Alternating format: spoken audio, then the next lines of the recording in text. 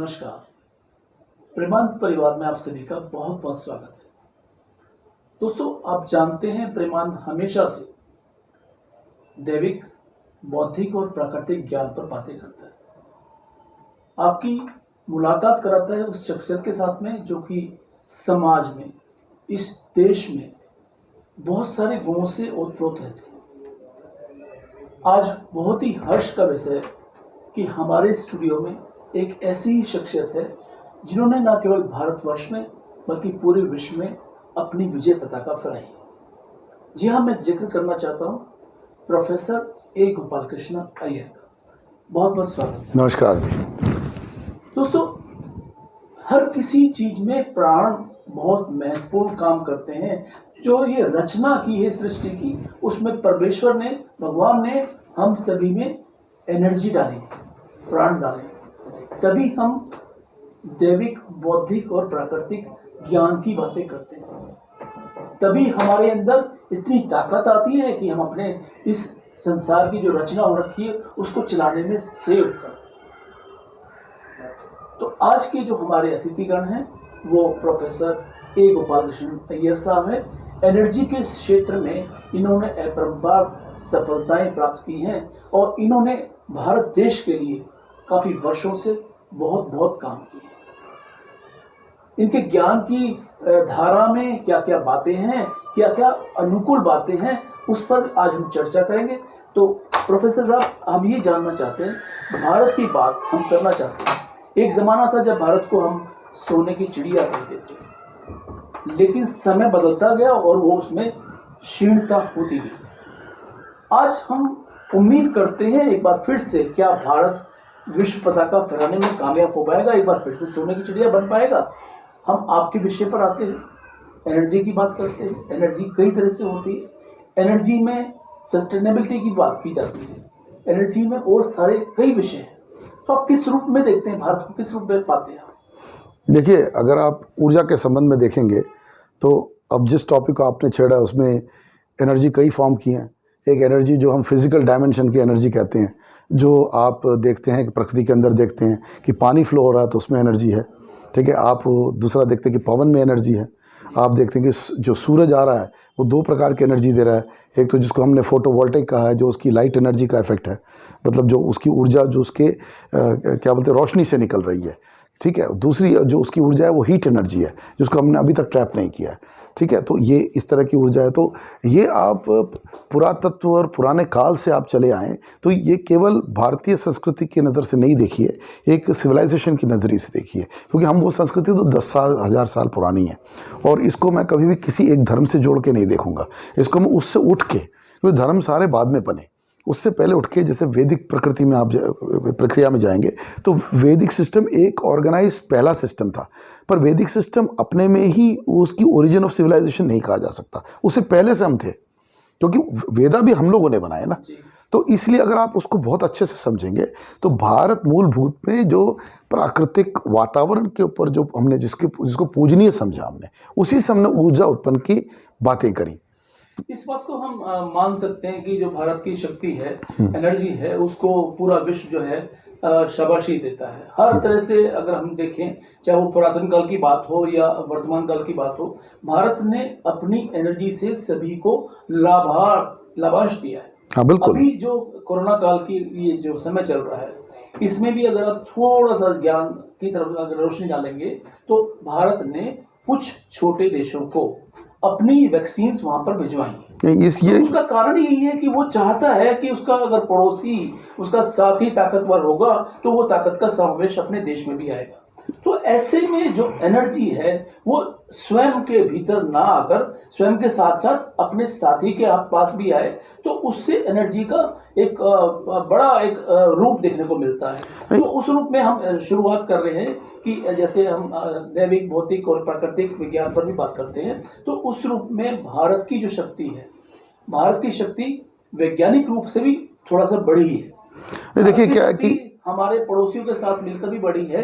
तो ऐसे में चूंकि आप उसके ज्ञाता रहे हैं और भारत की जो शासन प्रणाली है उसके साथ मिलकर आपने काफ़ी देशों का भ्रमण भी किया है, उनके साथ में आपका तजुर्बा अच्छा रहा है। तो तो उस रूप में हम जानना चाहते हैं प्रेमानंद, क्योंकि एक परिवार काफी बड़ा परिवार है, उस परिवार में आप एक वरिष्ठ सदस्य के रूप में जुड़े हैं, तो आपका ज्ञान हमारे सभी सदस्यों तक पहुंचे और लोग उसका लाभ उठाएं, यही हमारी मंशा है। वंडरफुल। देखिए, इसमें मैं थोड़ा सा, जैसे आपने वैक्सीन का छेड़ दिया सब्जेक्ट, अब सब्जेक्ट तो ऊर्जा से वैक्सीन की तरफ जाएगा, तो मैं ये कहना चाह रहा हूँ इस वक्त सब लोगों को कि अभी भी सही वैक्सीन नहीं आई है। दूसरी चीज़ मैं बहुत केयरफुल कहना चाहता हूँ कि हम आत्मनिर्भरता की बात करते हैं, आत्मनिर्भरता होनी चाहिए, लेकिन क्या बोलते हैं, ऐसा नहीं होना चाहिए कि उसमें हम आत्मनिर्भरता के चक्कर में हम उन अपॉर्चुनिटीज़ को छोड़ दें जो हमारी कोलैबोरेटिव अपॉर्चुनिटी है। जैसे हमारी भूटान से भी कोलैबोरेशन होगी, हमें अमेरिका से भी होगी, हमारी जर्मनी से भी होगी, तो हम उस कोलैबोरेशन की अपॉर्चुनिटी को छोड़ गए हैं। इस वक्त क्या है कि अब मैंने एक मुहिम छेड़ी है, रिकॉम्बिनेंट टेक वैक्सीन, क्योंकि जब तक आप safe, effective, safe, secure, affordable vaccine नहीं लाएंगे, उल्टा मैं इसको और प्रॉपरली बोलता हूँ, एसिया, विच मीन्स एथिकल। सबसे पहले एथिकल मीन्स ये इंसानी जो रूप है और स्वरूप है उसके साथ कोई खिलवाड़ ना करे, मतलब ना तो हमारी शरीर से करे, ना अपनी आत्मा से करे, ना अपनी किसी सिस्टम से करे। वो पहले एथिकल हो गया, एथिक्स की बात आई। सेकंड बात आई सेफ्टी की, कि वो जब हमें लगाया जाए वैक्सीन या कोई दवा दी जाए, इससे हमें कोई ऐसा साइड रिएक्शन ना हो जिससे मैं पूर्ण रूप से आगे मेरे को मुसीबत और खड़ी हो जाए। ठीक है, सिर्फ सेफ के बाद सिक्योर होता है। सिक्योर का मतलब है ये लगाने के बाद मुझे किसी प्रकार की आत्म क्षति ना पहुँचे, तो सिक्योर। ठीक है, उसके बाद होता है इफेक्टिव। इफेक्टिव बड़ा अजीब शब्द है वैक्सीन इंडस्ट्री में, पर इफेक्टिव का मतलब है कि vaccine has to be effective to kill the virus in my body, अगर वायरस आई है। और आखिरी है अफोर्डेबल। देखिए, कोई भी चीज़ जिस तरह हम ट्रेड और इसकी मेंटालिटी में चले उसमें नहीं होगा। मैं कहता हूँ लास्ट में अफोर्डेबल होना चाहिए।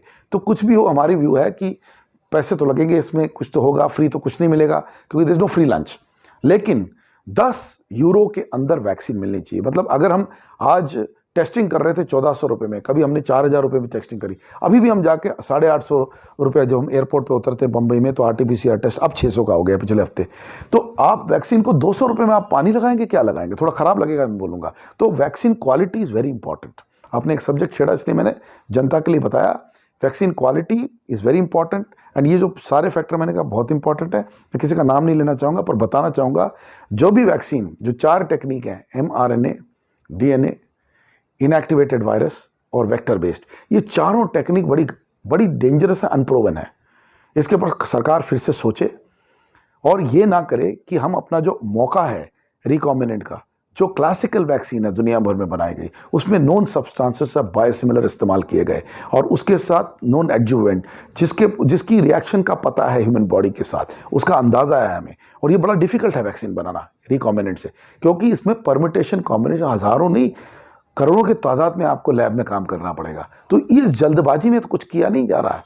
और ये खाली भारत की राजनीति के लिए नहीं है, ये राजनीति जो चल रही है ये कुछ लोगों की बाहर से चल रही है, और मैं नाम भी लूँगा, बुरा लगेगा कुछ, कहीं हम बिल गेट्स के अंदर तो नहीं फंस गए, उनके बिल और मेलिंडा गेट्स फाउंडेशन की इच्छाओं से तो नहीं फंसे हम। सर वो टॉपिक थोड़ा सा, हाँ, तो इसलिए आपने छेड़ दिया जो मेरे दिल की टॉपिक है, तो मैं इसकी रिसर्च चाहता हूँ कि वायरोलॉजी रिसर्च भारत में नंबर 1 बने। अब मैं इस टॉपिक पे आया हूँ क्योंकि मुझे उस पर कंट्रोल चाहिए, और इसमें अगर मेरे साथ जर्मन साइंटिस्ट आए तो मुझे कोई दिक्कत होनी चाहिए नहीं चाहिए। इसमें कोई अगर इंडियन साइंटिस्ट हो, हमें कोई दिक्कत नहीं होनी चाहिए। हमें ये सेंटर ऑफ एक्सलेंस इस देश में खड़ा करना है, जैसे नालंदा होता था। जी दोस्तों, प्रोफेसर अय्यर जो है बहुत ही ज्ञाता हैं और बहुत ही बारीकी से हर विषय का विश्लेषण करते हैं। आपने सुना कि कितने बारीकी से, कितनी बखूबी उन्होंने कोरोना के बारे में अपनी बात को कहा। दोस्तों, हमारे देश, भारत देश की बात अगर हम करते हैं तो हमारे पड़ोसी देश भी हैं जो भारत पर अच्छी निगाह भी रखते हैं, लेकिन साथ साथ कुछ ऐसे देश भी हैं जो गिद्ध की निगाह से भारत को देखते हैं। हम लास्ट जो हमारा एक छोटा सा वार हुआ वो हमेशा पाकिस्तान के साथ में हुआ, लेकिन एक छोटी सी झड़प जो हुई वो हाल फिलहाल में चाइना के साथ में। तो चाइना की मंशा क्या है? क्या वो भारत की एनर्जी को हड़पना चाहता है? क्या भारत को कमजोर करना चाहता है? ये जो भारत का उत्तर पूर्वी देश है, राज्य है अरुणाचल प्रदेश, वहां पर ऐसा क्या है कि बार बार उसकी नजर वो अरुणाचल प्रदेश पर आती है? तो इस विषय पर भी मैं जानना चाहता हूं प्रोफेसर अय्यर साहब से कि वो बताएं कि अरुणाचल प्रदेश पर जो चीन की गिद्ध निगाह है उसको हम किस नजरिए से देख सकते हैं। देखिए, बहुत इंपॉर्टेंट है सबसे पहले समझना कि जब 1947 में जब पूरा विश्व युद्ध खत्म हो गया तो एक परिस्थिति थी जिसमें जापान जो है, जापान को वेस्टर्न पावर्स ने दबाया, क्योंकि Japan was on the side of Germany और ऑन द साइड ऑफ क्या बोलते हो, हिटलर की जर्मनी और इटली के साथ में था। लेकिन परिस्थिति क्या थी कि उस समय एक सॉफ्ट कॉर्नर चाइना के लिए था वेस्टर्न पावर्स के पास। वो सॉफ्ट कॉर्नर इसलिए था कि 50,000 उस समय चाइनीज़ को बिहेड कर दिया गया था और उनके साथ बहुत बहुत जिस तरह से बर्ताव हुआ था उस समय की जापान की जो मिलिट्री थी उसकी जो बर्ताव थे, इसके लिए वो सॉफ्ट कॉर्नर था। पर हुआ क्या, हम एक में से निकले दूसरे में से फंसे। वेस्टर्न पावर्स ने क्या किया, इतनी पावर दे दी कि जब उधर अंदर रेवोल्यूशन हुई तो चौबन लाई जो प्राइम मिनिस्टर बना और वो क्या बोलते हैं माओ ज़ेडुंग जो खड़ा हुआ रेड डायरी लिख के, इन्होंने एक बहुत घातक प्रोग्राम बनाया जिसमें इन्होंने सबसे पहले मंचूरिया को हड़पा। मंचूरिया को हड़पने के बाद इन्होंने सेकंड तिब्बत को हड़पा। देखिए, वो तिब्बत में दलाई लामा बच गए क्योंकि वो पहले तो सुलह कर गए थे, पर जब उनको पता चला किसी न किसी तरह उनकी उनकी जीवन को धक्का है और धोखा है, तो वो वहाँ से एस्केप कर गए और भारत ही उनको शरण दे पाया।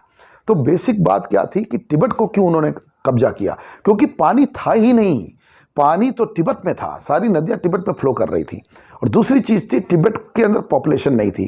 तो आज उसको बहुत बड़ी कहानी को छोटा करते हुए बताना चाह रहा हूँ, तिब्बत आज चाइना का न्यूक्लियर वेस्ट का जोन हो गया है। सारी न्यूक्लियर एनर्जी प्रोड्यूस करके, मैं एनर्जी के खिलाफ नहीं, न्यूक्लियर अच्छी एनर्जी है, पर उसकी वेस्ट डिस्पोजल ठीक से ना करके पूरी वहाँ जमा करी जा रही है।